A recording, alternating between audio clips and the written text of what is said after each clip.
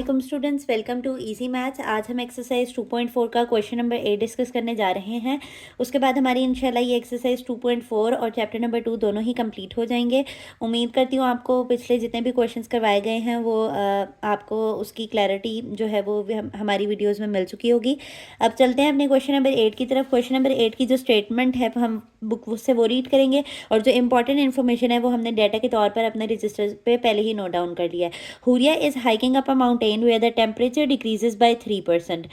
हुरिया एक पहाड़ के ऊपर जो है वो चढ़ रही है और आपको पता है कि जैसे जैसे हम हाइट पे जाते हैं, सी लेवल से हम ऊपर जा रहे होते हैं, तो सतह समंदर से जैसे जैसे हम ऊपर जाते हैं तो हमारा टेम्परेचर जो है वो डिक्रीज करना शुरू हो जाता है। तो 3% जो है वो डिक्रीज किया है, यानी कि 0.97 फैक्टर से डिक्रीज किया है और 100 मीटर्स तक ऊपर जाने की वजह से डिक्रीज किया है। ठीक है।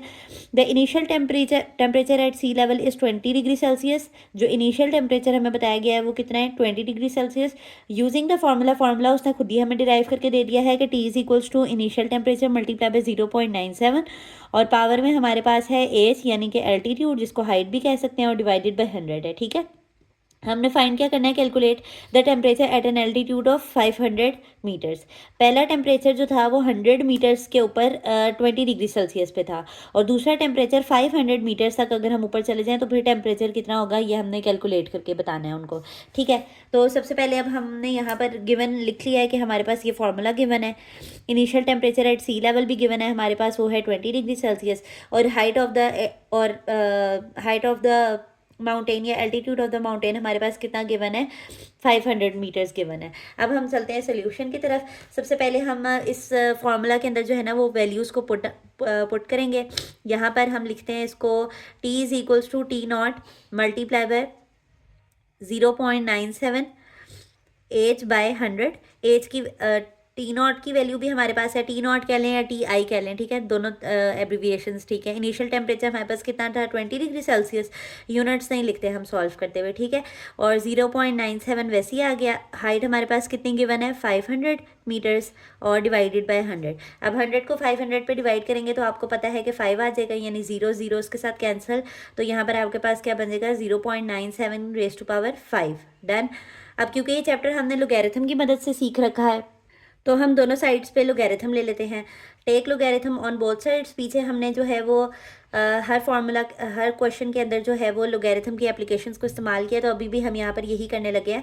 लॉग टी और यहाँ पर हमारे पास लॉग एक्सप्रेशन को ब्रैकेट में कर देंगे क्योंकि ये मल्टीप्लाई हो रहे हैं, तो हमने इसको ब्रैकेट में लिख लिया है। अब हम इस पर लॉज ऑफ लोगैरिथम लगाते जाएंगे। यहाँ पर जो पहला लॉ ऑफ लोगैरिथम अप्लाई होता है वो है हमारे पास प्रोडक्ट रूल। प्रोडक्ट रूल हमें ये कहता है कि अगर लोगैरिथम है और आपके पास दो नंबर्स मल्टीप्लाई हो रहे हैं तो आप उनको सेपरेट लॉग दे सकते हैं, a मल्टीप्लाई बाय b। आप इनको सेपरेट लॉग दे सकते हैं और सेंटर में जो साइन है वो कौन सा डाल सकते हैं, प्लस का डाल सकते हैं। डन। तो ये मैं अब इसकी सिंप्लीफिकेशन के लिए यहाँ पे लिखने लगी हूँ। Log t is equals to log 20 multiply by log 0.97 raise to power 5। फिर अब हमने पावर रूल भी सीख रखा है। पावर रूल हमें ये कहता है कि अगर किसी नंबर के ऊपर लोगैरिथम हो और उसके ऊपर पावर भी हो, यानी कि एक नंबर है a और उसके ऊपर पावर है m, तो पावर जो है वो शुरू में जाके एक नंबर बन जाती है और यहाँ पे लोगैरिथम ऑफ द नंबर जो है वो सादा रह जाता है। तो आप यहाँ पर देखें, log t is equals to log 20 plus sorry यहाँ पर प्लस का साइन आना है, प्लस 5 जो है वो शुरू में चला गया तो यहाँ पर क्या आ जाएगा, लॉग 0.97 आ जाएगा। डन। अब आप कैलकुलेटर का इस्तेमाल कर लें। कैलकुलेटर में जो है वो लॉग 20 की वैल्यू निकालेंगे पहले, तो हमारे पास वो कितनी आ गई है, 1.3010। मैंने आपको सिखाया हुआ है कि पॉइंट के बाद आपने 4 वैल्यूज़ लेनी है और चौथी के बाद जो है वो 5वीं वैल्यू को देख लेना है कि वो राउंड ऑफ तो नहीं दे रही है।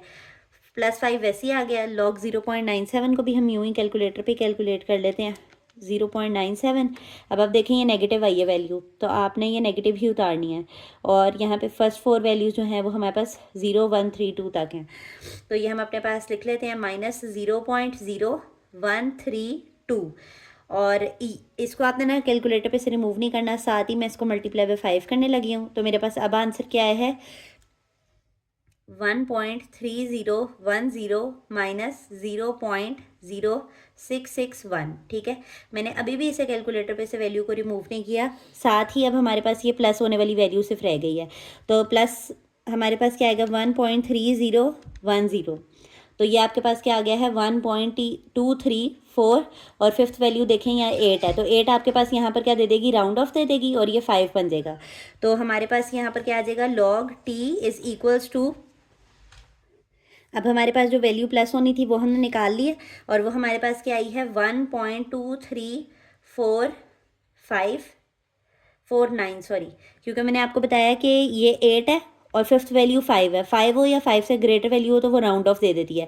तो यहाँ पर ये 5 इसको राउंड ऑफ दे देगा तो ये 9 हो जाएगा।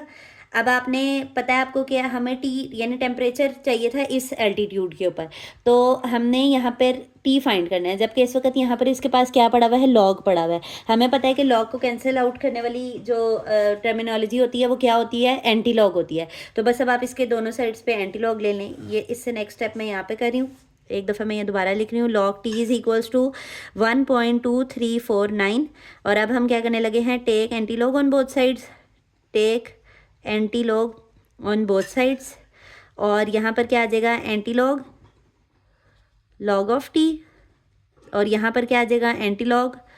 कैलकुलेटर जो है ना वो आप अपने साथ साथ वीडियो के इस्तेमाल किया करें ताकि आपको पता चले कि ये हमारे पास वाकईतन यही वैल्यूज़ आ रही हैं, क्योंकि कैलकुलेटर यूज़ करने में बच्चों को मसला होता है। अब ये देखें, ये तो इसके साथ कैंसिल, दो यहाँ पे सादा टी रह गया और इस वैल्यू का हम एंटी लॉग ले देते हैं। मैंने अभी भी वैल्यू को मिटाया नहीं है, तो आपने शिफ्ट लेना है, लॉग लेना है।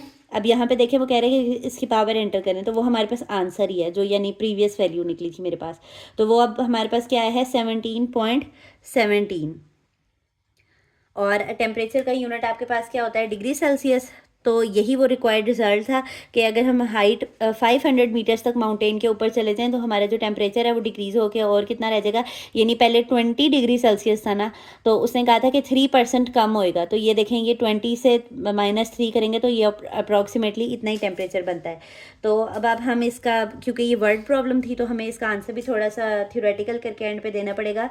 दस the temperature at an altitude, thus the temperature at an altitude, ये एल्टीट्यूड जो है ना वो हाइट को कहते हैं, एट एन एल्टीट्यूड और 500 मीटर, यानी 500 मीटर जब हम ऊपर गए तो वो हमारे पास अप्रॉक्सीमेटली कितना निकला है, विल बी, जब हमारा आंसर पॉइंट्स में आता है ना तो फिर हम कहते हैं कि ये अप्रॉक्सीमेट आंसर है, यानी कि तकरीबन आंसर है। तो ये था आज का हमारा क्वेश्चन, जो कि क्वेश्चन नंबर 8 था, जिसकी वजह से अब हमारा जो है चैप्टर नंबर 2 कंप्लीट हो गया। उम्मीद करती हूँ आपको ये क्वेश्चन समझ आया होगा। अगर आपकी फिर भी कोई क्यूरी हो तो आप हमसे कमेंट सेक्शन में पूछ सकते हैं। अगर आपको हमारी वीडियोज़ पसंद आती हैं तो हमारे चैनल को सब्सक्राइब करें और वीडियोज़ को लाइक करें ताकि हर नई आने वाली वीडियो आप तक आती रहे। अल्लाह हाफ़िज़।